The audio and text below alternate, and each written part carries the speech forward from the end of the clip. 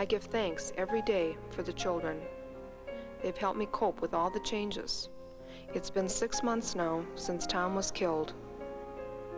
In a way, it seems like Tom's accident happened just yesterday.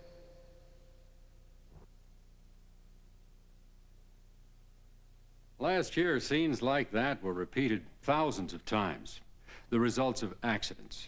In fact, each year, accidents kill thousands of people and cause hundreds of thousands of disabling injuries.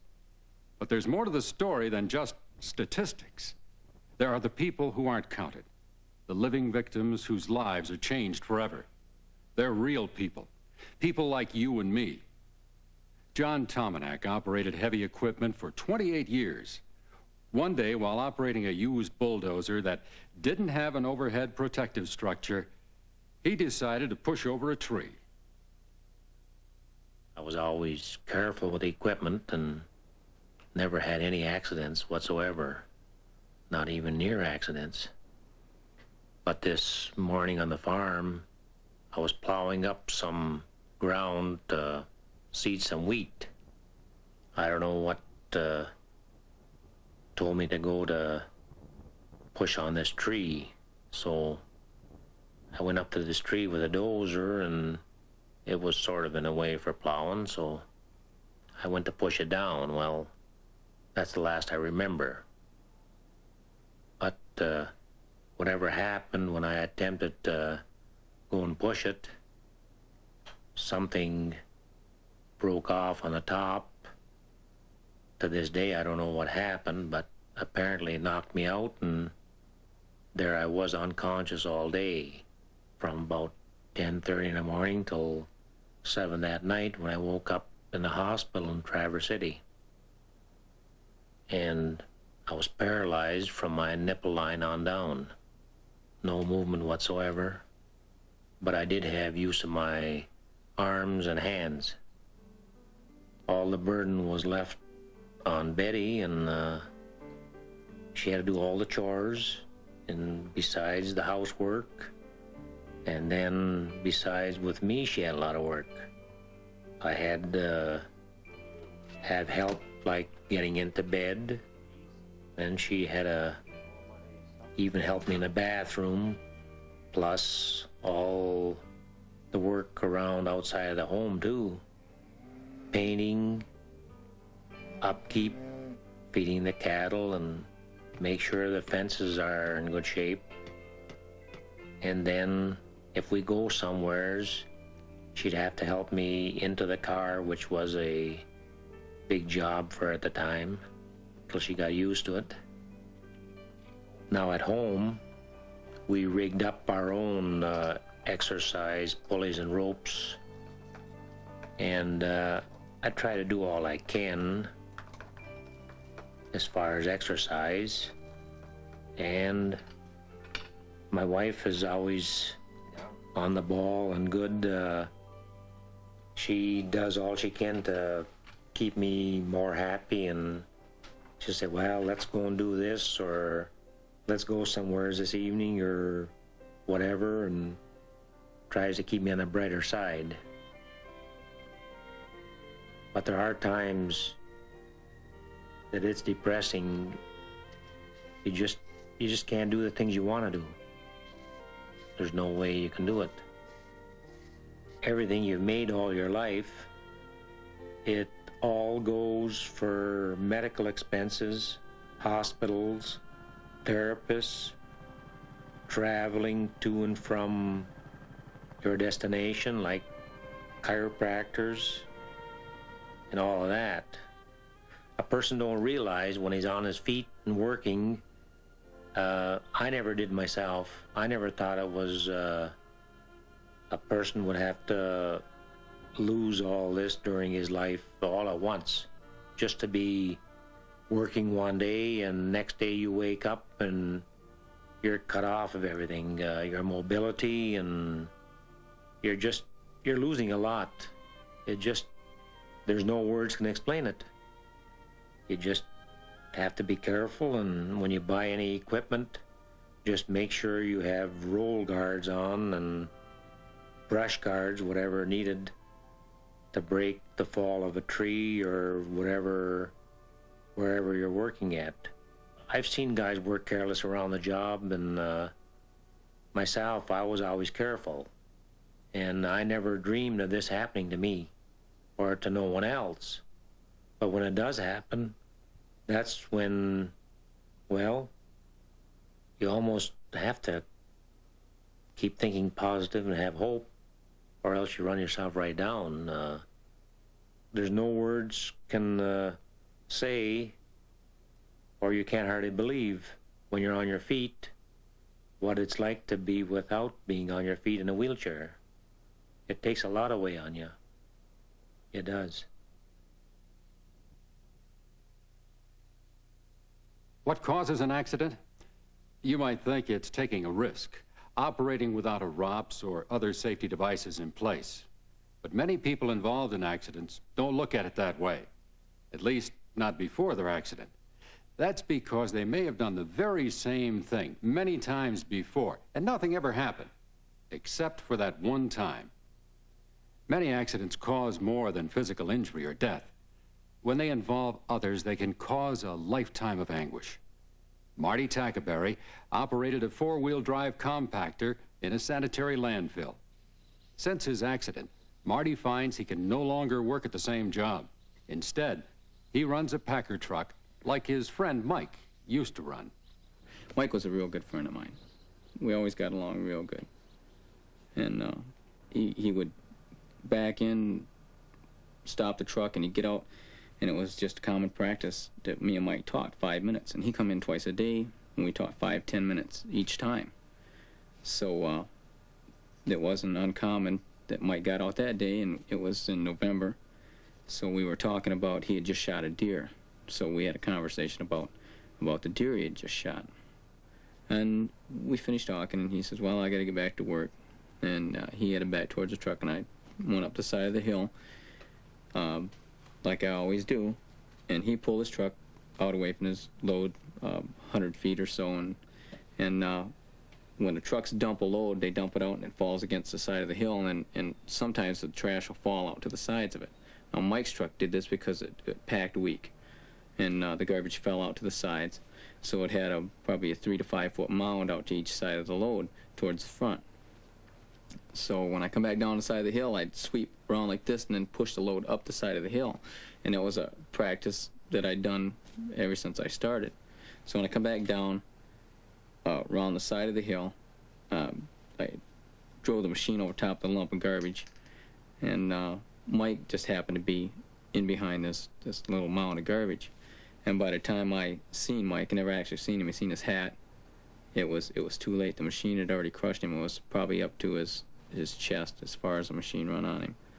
And I slammed the machine in forward gear and rolled it forward and put the bucket down to keep it stable. And I jumped out of the machine to go back and check on Mike. He was still conscious, just like normal. And it didn't hit me then that he was actually hurt.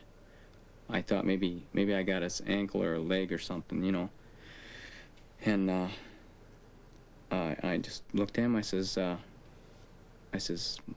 Mike, don't move. I'm gonna go get help. And he says, all right, Marty, I won't. And then I left. And that was the last time I'd ever talked to him. I knew he was dead. I didn't want to believe it, but I knew he was dead. I took it for granted that he would be in his truck. So I had no idea he was back there. And by the time I realized he was, it was too late. And there was nothing I could do to change it. First, after it happened, I wanted to change places with Mike. I felt I'd done something wrong, and I should have paid for it. I don't feel that way anymore. At least not all the time. Sometimes I do.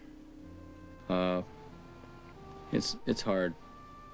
There's so many things that remind you, and when you get reminded of something like that, it depresses you. First year I was depressed a lot of times, enough to not only think about suicide, but to almost commit it. And that was unhealthy. I'd probably done it more than a dozen times.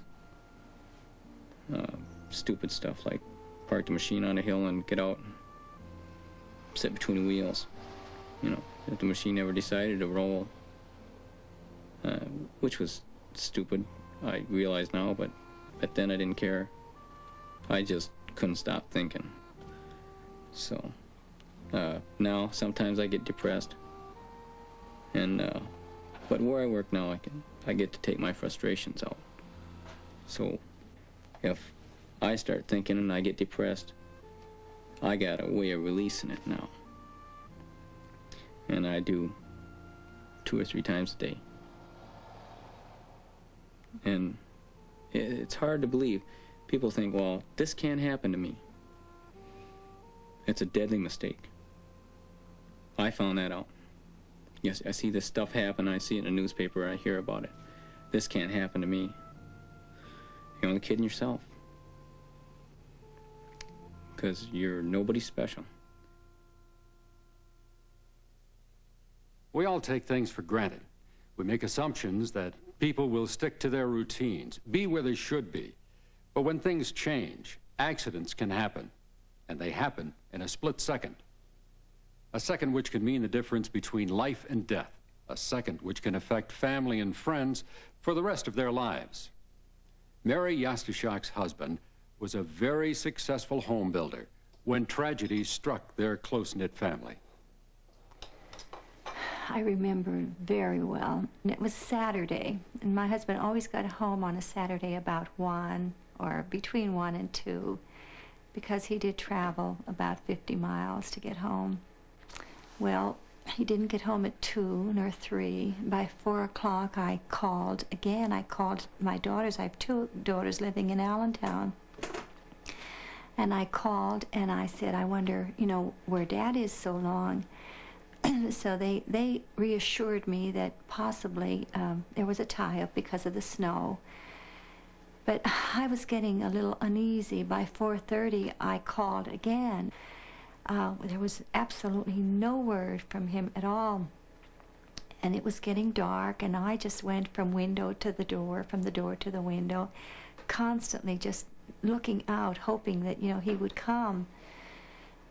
And by 6 o'clock that evening, about 5, my daughter called, my oldest daughter, Sonia. She called and she said her husband and my other son-in-law, Gary, would go out to the compound where my husband worked, and they searched the office building, they searched in the warehouse, they searched all around the entire building compound, and there was no sign of anything. That the John Deere tractor that he had been operating to clear the snow was parked up alongside of the warehouse building, and the snow had been cleared all around the entire compound.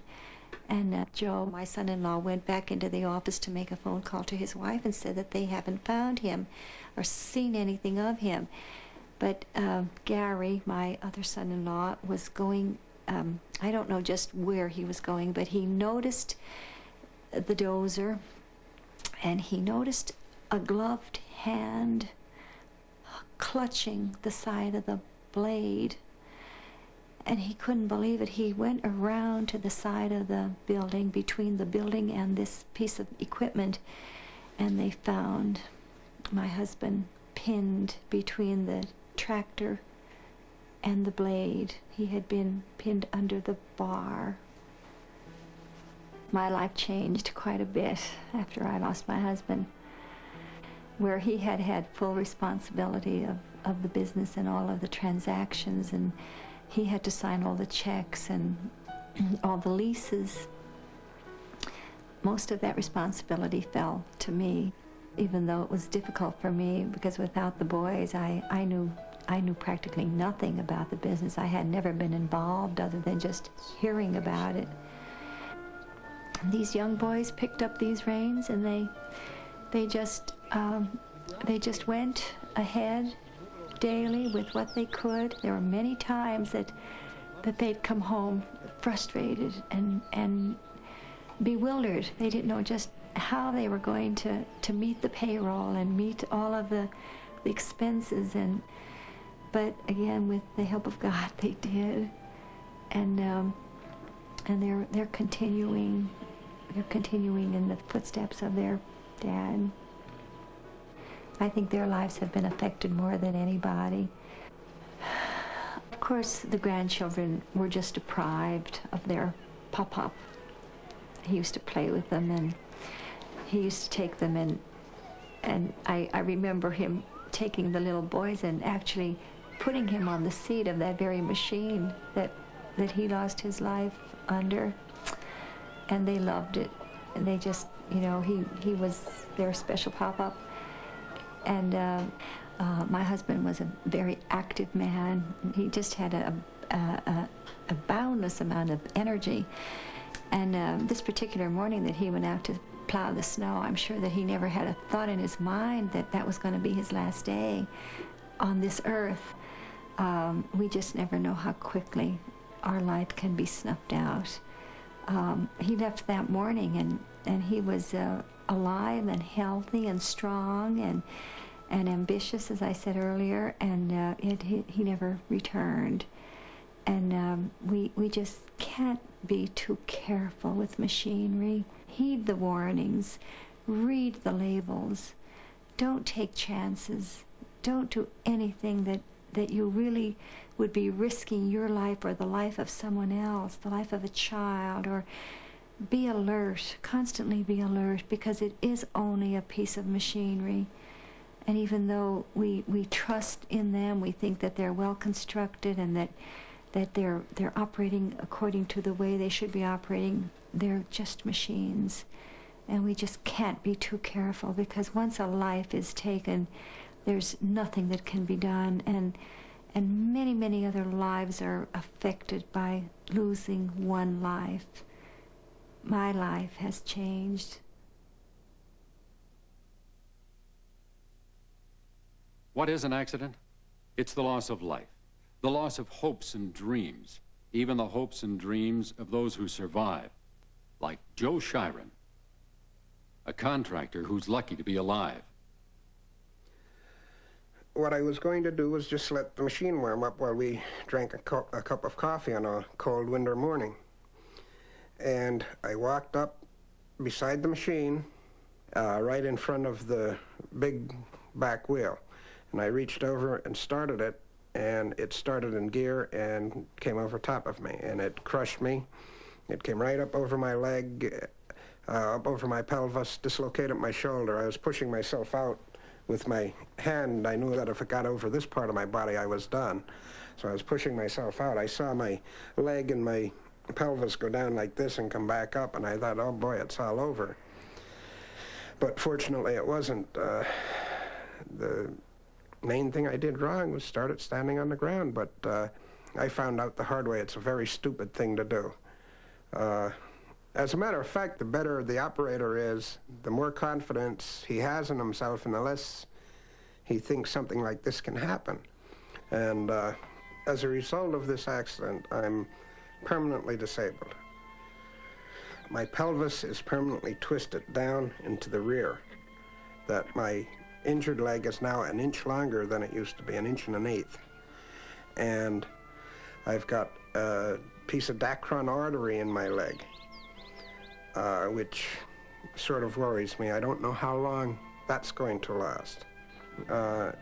It's a constant adapting and seeing what you can do and what you would have done, and everybody sort of has to work around my capabilities. I've got 2 daughters, Megan and Erin. Megan, the older one, 10 years old, has been into gymnastics for 2 years. Erin, she's more interested in being a hairdresser like her mother. But I'd love to go out and fool with my daughter with her gymnastics, spot her to help her do her flips. I watch the coaches, and I know I could do a lot of those things if I was more physically able. You know, it's difficult. I've got a 17-year-old son who's a senior in high school. He's manager of the football team. He has been for 3 years now.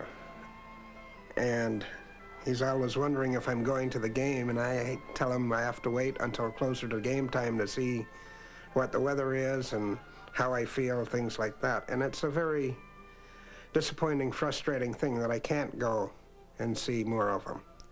I'm very restricted in what I do. I feel as if I'm making the best of what I have, but it could be a lot better. And if I were to give advice to a contractor or an equipment operator on what I have learned from this accident, is you cannot overstress safety. You can never be too safe. You can never be too careful. I don't know. I don't even feel as if I should be telling anybody this. They're going to say, "Who's this clown?" That he's telling me what to do. I have a safe operation. I've never had an accident. I've been in the construction business 20 years and I've never had an accident. But I'll bet you they've had a lot of close calls. I know what I have, and I'm fortunate to be alive. I should have died in 1982. I got a bonus by staying alive. Most people that this happens to don't get that bonus. And they don't have time to think about it, and they don't have time to think of what they would have done or what they should have done. And I'm very glad for the time I have.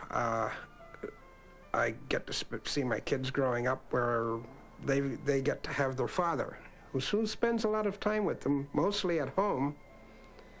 But at least I'm here and we have it, and it's a good life, really, for what I could have had.